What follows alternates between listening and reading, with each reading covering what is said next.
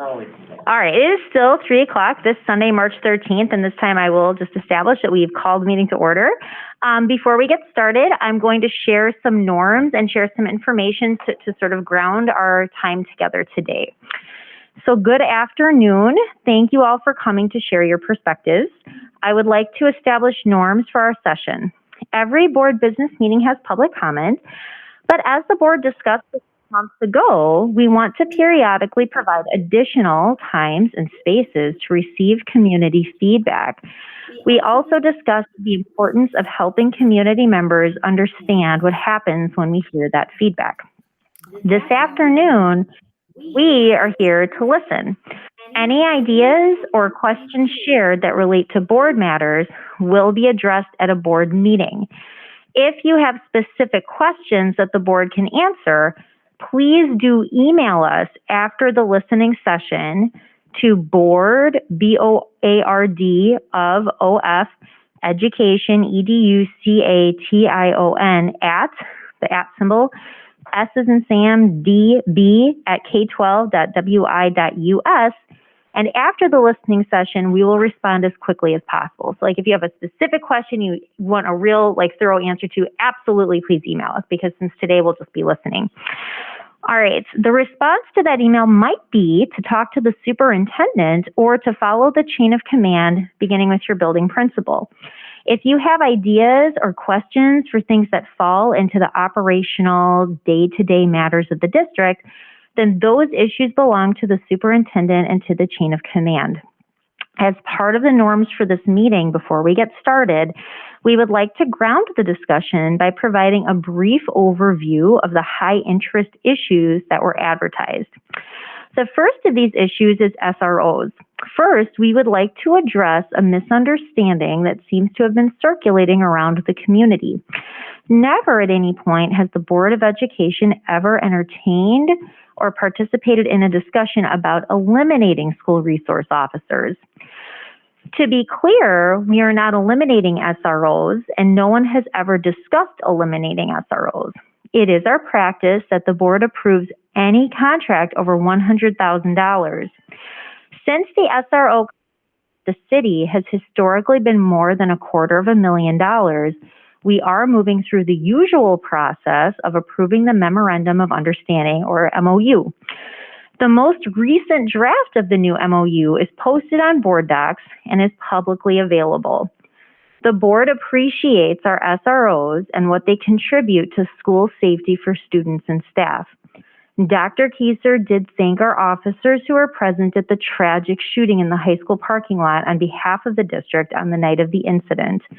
The current draft of the SRO MOU is publicly posted on the board agenda and Board Docs for the meeting on Tuesday, March 5th. Regarding the CDC and the decision about masking in school, the board did ask Dr. Kieser to present his reopening plan last summer. He brought us his reopening plan, which included a process for how mitigation practices would be determined. The board approved this plan on July 6th, 2021. Dr. Kieser will present his mask decision on Tuesday, March 15th, and since the board has already approved the plan, the mask decision is not something that the board has to vote on. Dr. Kieser reminded us last week at the meeting that he uses data from the CDC, DHS, and also takes vaccination rates into consideration. Regarding the referendum, lastly, the board is discussing whether to consider a future referendum. No decisions have been made at this time other than to explore the options. For the past 2 years, the district has maintained a mill rate of $10.10. So just to be clear, the board has not raised taxes, which is a common misconception that we have heard in the community. With regard to the referendum, there are 4 possible outcomes. 1, we could not pursue a referendum at all. 2, we could pursue what's called a capital referendum, meaning that we would ask for money to improve the facilities. 3, we could have a mix of the capital referendum and an operational referendum, meaning that we would ask for money for facilities and for services related directly to teaching children and running the district. D, we could ask for an operational referendum only, meaning that we'd be asking for money for services directly related to teaching children and running the district. So, having said all that, I'd just like to, on behalf of the board and the district, thank you all again for coming, and we are now ready to commence our listening session. Getting down to agenda item number 2A, to just establish the usual norms from policy 187. Members of the public are welcome to attend all open meetings of the Board of Education. Robert's Rules of Order will be followed at all times. Individuals attending board meetings are expected to conduct themselves in a respectful and courteous manner that models appropriate behavior for our students.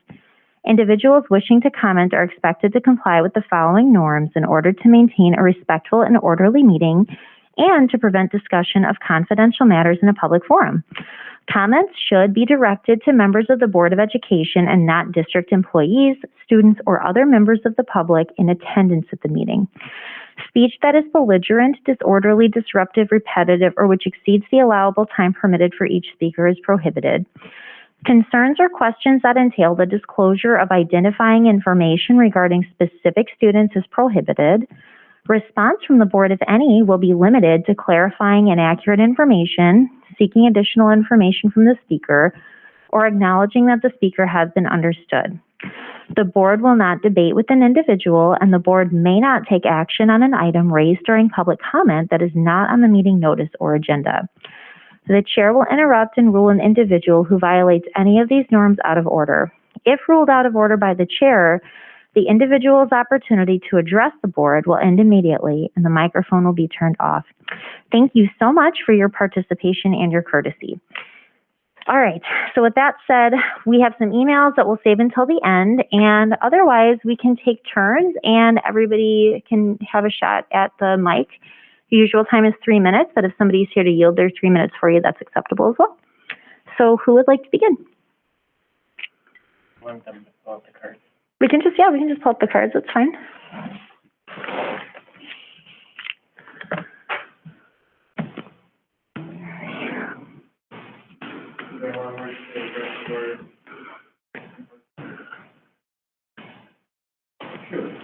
Great, thank you.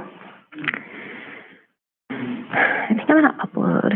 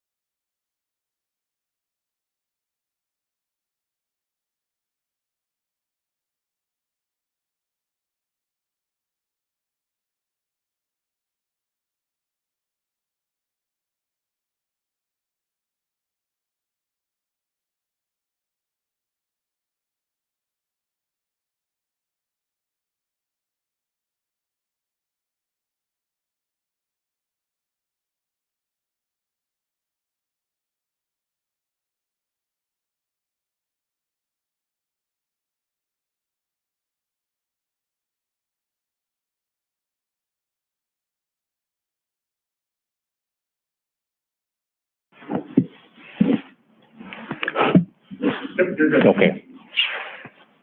So let me start now? Okay. I'm John Bickle, 2180 Winchester Drive. And as far as a referendum, I know you haven't made any decisions, but from people I've talked to, I don't feel the public has appetite for another referendum, especially for operations. If we've got a shortfall, then maybe some staff needs to be cut. That's my opinion. If you were in the private sector and you lost 1,000 students or more, like what's happened here in the last, I don't know how many years, you'd have to cut the budget. Just plain and simple. That's all I have. Thank you so much for speaking today.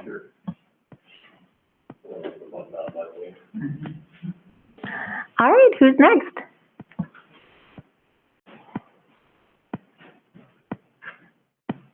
We want to give some time to call the cards. Oh, Yeah, sure. Yeah, anybody who wants to speak, go ahead and fill out a card and we'll get you on up here. So we're here till 5. It's good. You want to have Michelle read one email while they're filling out the cards? Sure. That sounds great.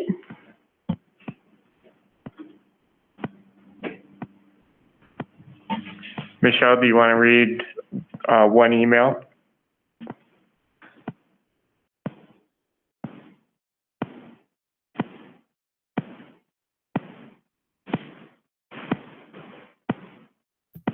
Yes, I just had to unmute.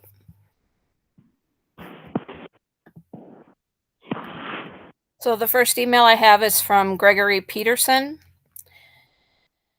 He says, "Hi, my wife and I are retired, new to the Beloit area from late 2020. Times are getting more difficult for each of us, but especially for those who are retired. Over the years, I've witnessed older folks losing their lifelong homes because of the increases of living with property, school taxes, contributing significantly to that. Our property tax bill went up 10% in 2021. The school portion went up 16%. These are way above inflation. Please do not raise more taxes on us. It is like a millstone chained around our necks.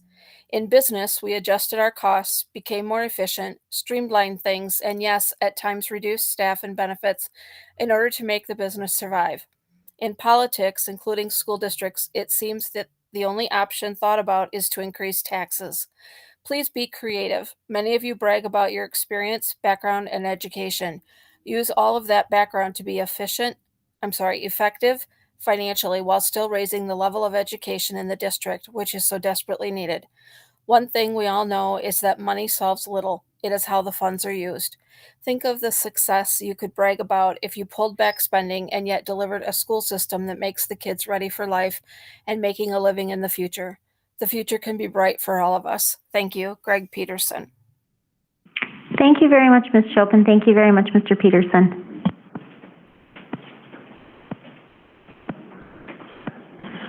All right. Is anybody here in person wishing to speak at this time? If we're still waiting, Ms. Shope, if you'd like to read another email, that would be awesome. Thank you. Okay.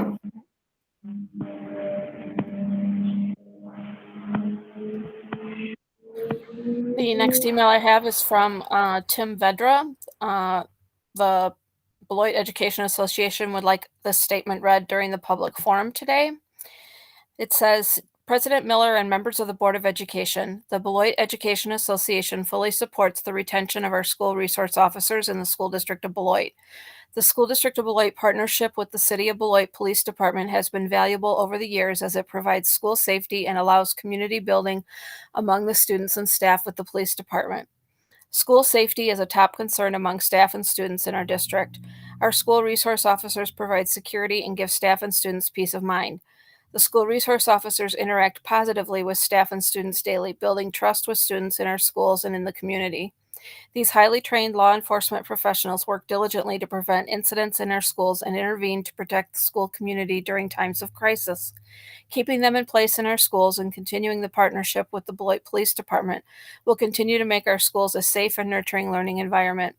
In reviewing the MOU in the Board of Education agenda, the BEA is encouraged that this collaborative relationship between the school district and the Beloit Police Department is slated to be continued, and we strongly encourage this proposal to be adopted.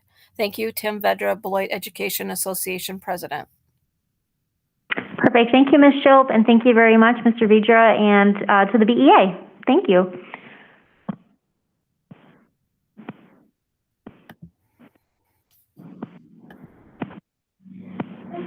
Yeah, I just want to ask a question. I just want one little quick question. Is this a question and answer, or is it just a question? So if you want to, I'm not sure if everybody, because we're recording it, so I'm just going to repeat your question, okay? So we had a member from the crowd ask if this was a question and answer or just a question. And as we mentioned earlier, we're here today to listen. And then anything that's raised to the board. So for example, we've had 2 comments so far. We've had one about feedback about the referendum, which is something that we would bring into that discussion at a board meeting about the referendum. We have a statement from the BEA about kind of saying, yes, we're encouraged by the MOU that's been posted. So we'll bring that into our discussion on Tuesday when we talk about that. And then we had, let's see, somebody talking about the property taxes, which, you know, when we talk about the budget, will be taken into consideration. But again, that's not something that the district does, you know. So we're here today to listen. And then, like, if you had something you're like, oh, I really need a response from the Board of Education, shoot us an email and then we'll respond to you in writing that way. So today we're here just to take it in. Thanks for the clarifying question. Does anybody else here in person have any questions or comments at this time? If not, then Ms. Schultz, we would love to hear the next email. Okay. This is also from the Beloit Education Association. President Miller and members of the Board of Education, the Beloit Education Association is in support of following the latest recommendations from the Centers for Disease Control, Wisconsin Department of Health Services, and the Rock County Health Department regarding the wearing of masks in our schools. We support lifting the mask mandate and making the policy as mask optional for students and staff as COVID-19 case counts continue to decline in our community. We would ask that a few days of lead time be given before the effective date so staff can prepare their classrooms and have conversations with their students regarding expectations once the mandate is lifted. The BEA would also like to thank the Board of Education and Dr. Kieser for their leadership during the pandemic. Your commitment to following the guidance of the health professionals has kept our students, staff, and community much safer during these challenging times. We know that the pandemic is not over, and mitigation strategies may need to be reimposed if case counts dictate. But as we have throughout the pandemic, we support following the current health guidance. Thank you. Tim Vedra, Beloit Education Association President. Thanks again, Ms. Schultz, and thanks again to Mr. Vedra and to the BEA for your thoughts and comments. So to clarify again, we'll have that discussion on Tuesday at our board meeting. Okay. When we discuss when Dr. Kieser brings forward his recommendations regarding the CDC data or the CDC recommendations. Thank you very much. Is anybody else here in person wishing to speak at this time?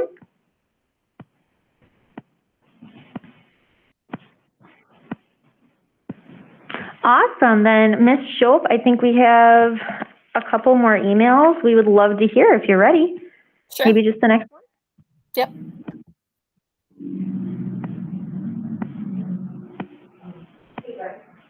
So the next one is from Deb Prouse, and it was initially sent, it's a public comment that was initially sent in February to all board members.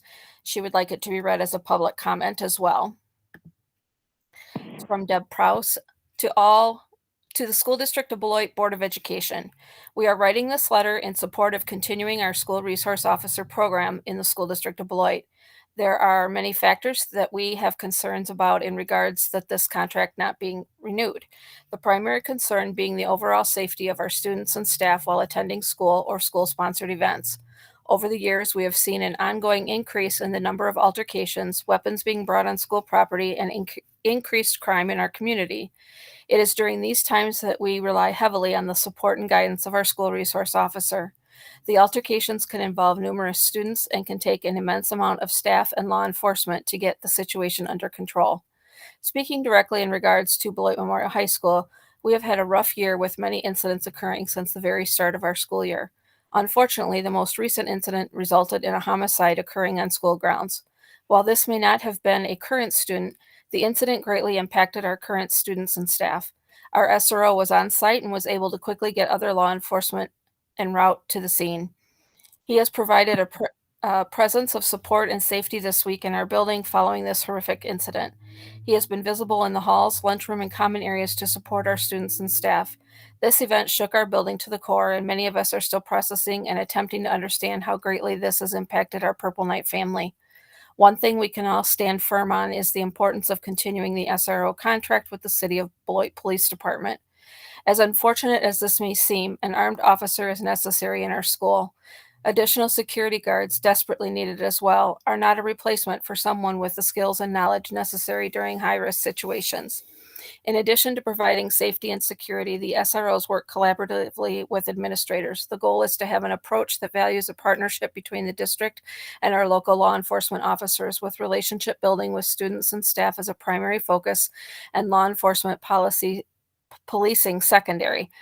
This partnership allows for prevention of serious incidents and the resolving of student-related problems that may otherwise result in an arrest outside of the school setting. Our SROs, through their relationships, often provide mentoring and guidance for our student population that allows for trust to be developed. The breaking down of the barrier of a negative connotation with police officers and the building of positive relationships is very important for our community. When a serious issue does arise in the building or in the community, such as the recent on-site crime, students and community members need to have a positive, trusting relationship with officers if there is a hope to solve these crimes and to bring justice to those who are harmed. Having SROs in our building work hard to build these positive relationships with our students and their families supports our community as a whole. The removal of SROs from our building should not be a discussion at this time. Students and staff must feel safe and protected at school. The incidents our SROs have had to intervene with this year have demonstrated repeatedly that their presence is needed and valued. Without the presence of SROs, we fear it is only a matter of time before something serious occurs in one of our buildings, and that more students and staff will leave the district in search of a place they feel safe and secure. Sincerely, the undersigned staff at BMHS. And then there's probably 25 signatures, maybe 50 of staff from the high school.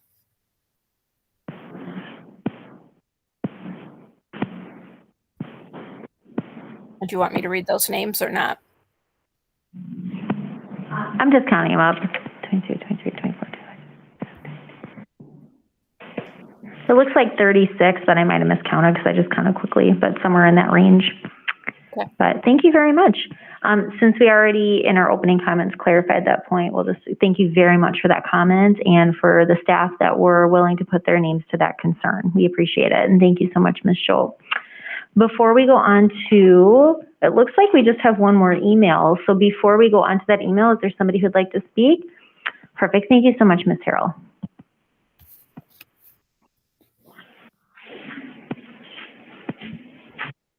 Good afternoon. My name is Dorothy Harrell. I reside at 28284 Boulder Court here in Beloit. A couple of issues that I think are important to air this evening have to do with personnel. I'm not in favor of laying off or letting go of any personnel, but I do feel that there is a need in this district for some restructuring, that personnel are not maybe where they need to be to help our students be as successful as they can be. I think there are several positions that within this district that need to be reclassified or their work be reclassified so that there are more direct services to a greater number of students. In that regard, I think the district has been functioning at a minimal level when it comes to hiring and employment, because we don't have an HR director and we haven't had one for over a year. And I think that's a very sore spot. We're right now in the time when districts are starting to recruit and hire, and we don't have anyone to be out there doing that. And anyone who is doing that, be it Dr. Keys or anyone else, is doing that in addition to their regular duties and what they were hired to do. And that is really an expectation that I don't think this city has. I think we need an HR director, and we need to get busy getting one hired. It's taken too long. I know there's an outside consultant now. They need to be told, put some fire up under them, get going. This is what we need. This is what we're paying you for. So you're being slow, or you're taking all this extra time to vet people. We need you to get going and get us a candidate for this job. So please, in the short term, let's get an HR director. The other thing I'd like to say is I still feel it's important for our city council and our school board to come together and have a meeting about the children in this community. This is a community effort. It should be both elected bodies coming together to discuss that. You might want to take a look at what Rockford did when they took their ARPA money and reconfigured some of that to address juveniles and juvenile issues. We could be doing that too. I've said the same thing to the city. I don't think they're in any big hurry to do anything with their ARPA money either, because they keep delaying and having meeting after meeting and never making a decision. It's time to get busy with some of those decisions being made about how to direct those funds and how those funds, after allocated, will be executed. So those are two big things, or three big things, that I think are very important for this district. Thank you. Thank you so much, Ms. Harrell. We appreciate your comments. Is anybody else here in person wishing to speak at this time? All right, Ms. Schultz, would you like to read the last, what I believe is the last email?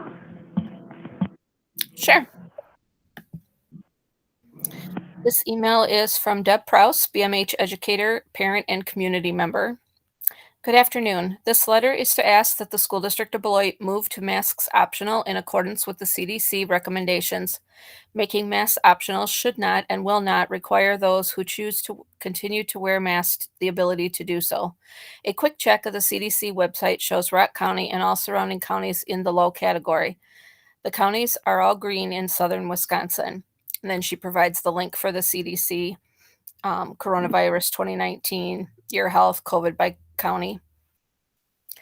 As I visit business establishments in our community, it is clear many are ready for this change and have already made it outside of the school buildings. It seems reasonable to offer a day or two for teachers who wish to request plexiglass dividers to be placed in their classrooms and to make any other preparations they deem necessary for their classroom. I would hope that after a day or two to allow those preparations, the district would quickly come in line with CDC recommendations. It is time for our students and teachers to have the opportunity to see each other. Sincerely, Deb Prouse, BMH educator, parent, and community member. Thank you so much, Ms. Schultz, and thank you again so much for your comments, Ms. Prouse. All right, so Ms. Schultz, does that conclude our emails at this time? It does. I don't have any other email in the public comment email. Okay, sounds good. It is 3:27. If nobody at this time is currently wishing to speak, well, let me just do a check. And you can have another turn if you want, but is anybody else wishing to speak in person at this time? Getting some shaking heads. So at this time, I'd like to call us into recess for 15 minutes, and that will give people time, since we did notice it from 3 to 5, in case people would like to come. That's great. So it's 3:27. To avoid doing math, we'll just take an 18-minute recess, and we'll come back at 3:45, if that's cool with everybody. Thanks. 3:46. Oh, here we are. It is 3:46, and we are back to our Sunday listening session. Is anybody here in attendance wishing to make a comment? Okay, I've got a no, and there are no additional emails or anything, because I think we give like a deadline or something, right, for emails? Yes, but in case there was... Just in case, we'll check. Okay. So while we check, actually, Dr. Huser has an exciting announcement to make. I do have an exciting announcement to make. I just found out that our 8th grade junior Knights have gone undefeated at the state tournament and have won the state tournament. So we will be getting that out onto our media sites this coming week. That's amazing. Thanks for doing that, and thanks to all of our players and their families and everybody on staff and all of our coaches. That's an amazing win for our community and for our kids. Yay. So it is 3:48, and it looks like no emails at this time. Cool. So no emails. That's awesome. I think what we're going to do is, looking into the parking lot, I'm not seeing anybody pull up, but we will maybe recess until about maybe 10 after 4, let people kind of make their way over if they'd like to. We'll be here till 5. So at this time, we're going to recess until 4:10. Thank you very much.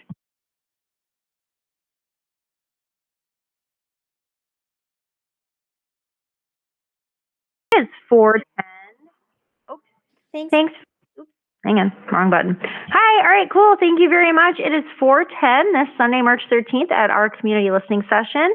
At this time, nobody is present, and we have not received any additional email. So at this time, the board is going to recess until 4:30. Thank you very much.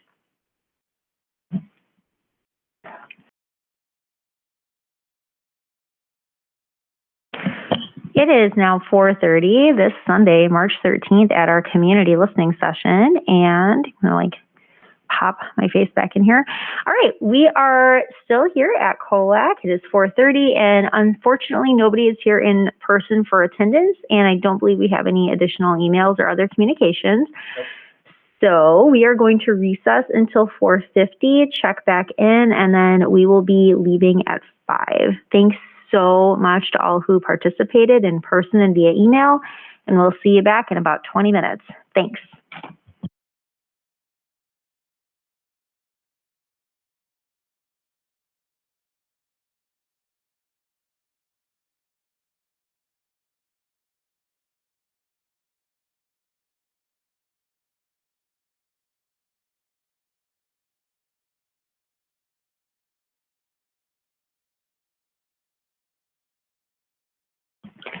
All right, it is 4:50 and there is nobody here with us in the boardroom this Sunday, March 13th at our community listening session. So at this time, we will all physically be here and present until 5 p.m. But I think we are going to adjourn. Do we need to adjourn? Yeah, because we called it to order. Well, we'll jump on and adjourn at 5, but I guess this is like our check-in. So we're going to recess then until we adjourn at 5. Thank you all so much for those who attended and those who emailed us. We'll see you back in 10. Thanks.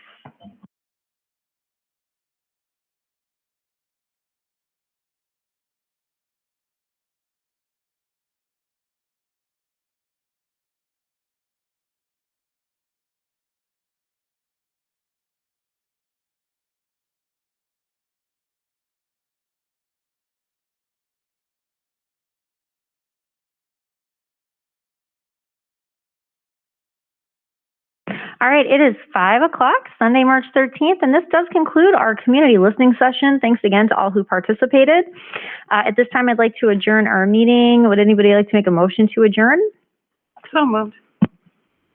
Second. Okay, we will. Motion by Semrau, second by Levy. And since it wasn't formally part of our agenda, we're just going to roll call vote just to reflect the attendance. So roll call vote, Board Member Levy. Aye. Here and I. Cool. Board President Miller, here and I.